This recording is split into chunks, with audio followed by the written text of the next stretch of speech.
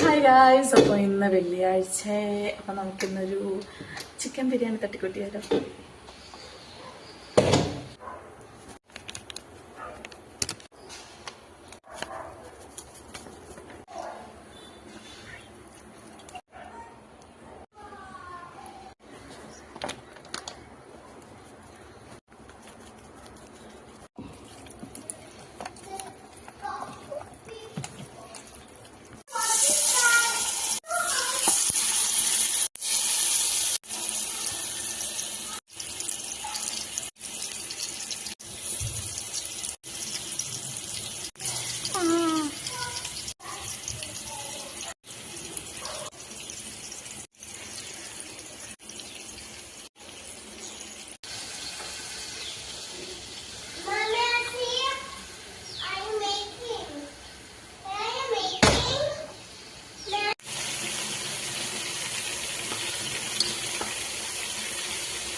നമ്മൾ ചിക്കൻ പൊരിച്ചിട്ടാണ് നമ്മൾ ബിരിയാണി ഉണ്ടാക്കുന്നത്. സോ ഇത് പൊരിക്കാനായിട്ട് നമ്മൾ നേരത്തെ കണ്ട പോലെ മഞ്ഞൾപ്പൊടി, മുളക് പൊടി, പിന്നെന്തുവായിരുന്നു, ഗരം മസാല.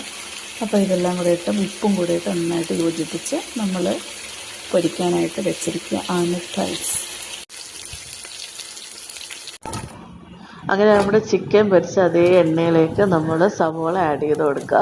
അത് കഴിഞ്ഞ് നമ്മൾ അതിനകത്തോട്ട് ഇഞ്ചി, വെളുത്തുള്ളി, പച്ചമുളക് ചതച്ചത്, ഇച്ചിരി ഗരം മസാല, ഇച്ചിരി മഞ്ഞൾപ്പൊടി, പിന്നെ ഇച്ചിരി ചിക്കൻ മസാല. ഒരുപാട് മസാലയൊന്നും നമുക്ക് ഇതിൽ വേണ്ട. അതൊരു ഒരുപാട് മസാല ഇട്ടാൽ പിന്നെ നമുക്കൊരു വല്ലാത്തൊരു ഇഷ്ടപ്പെടത്തില്ല.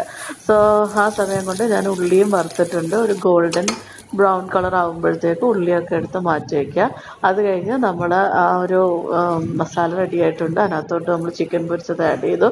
അതിനകത്തോട്ട് മറ്റേ നമ്മുടെ മല്ലിച്ചപ്പ്, പുതിന അതെല്ലാം അരിഞ്ഞതും, പിന്നെ ഇച്ചിരി ഫ്രൈഡ് ഓണിയനും കൂടി ഇട്ടു. ഫ്രൈഡ് ഓണിയൻ ഇട്ട് കൊടുത്താൽ മസാലയ്ക്ക് പ്രത്യേക ഒരു ടേസ്റ്റ് ആയിരിക്കും. പിന്നെ ഞാൻ അത് കഴിഞ്ഞ് കുറച്ച് നേരം ഒന്ന് മൂടി വെച്ച് കഴിഞ്ഞപ്പോഴത്തേക്ക് പിന്നെ ഇച്ചിരി ഒരു വെള്ളം കൂടി നമ്മൾ ആഡ് ചെയ്ത് കൊടുക്കുക. എന്നുവെച്ചാൽ നമ്മൾ ദം ചെയ്യുമ്പോഴത്തേക്ക് അടിയിൽ അങ്ങനെ പിടിക്കാതിരിക്കാൻ വേണ്ടിയിട്ടാണ്.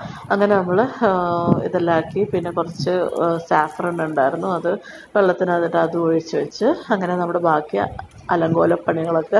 അപ്പം ഫ്രൈഡ് ഓണിയനും മല്ലിയിലയും പുതിനയിലയും അതെല്ലാം കൂടെ ഇട്ട് നമ്മളൊരടച്ച് വെച്ചിട്ട് താഴെ ഒരു മറ്റേ ചൂട് കട്ടിയുള്ള പാത്രം ഉണ്ടല്ലോ, അത് വെച്ച് മേളിലൊരു വെയിറ്റും വെച്ചിട്ട് ഒരു അറ്റ്ലീസ്റ്റ് ഒരു 10-20 മിനിറ്റ് ഒന്ന് വെക്കുക. ദം ചെയ്ത് ലോ ഫ്ലെയിമിൽ വെക്കുക.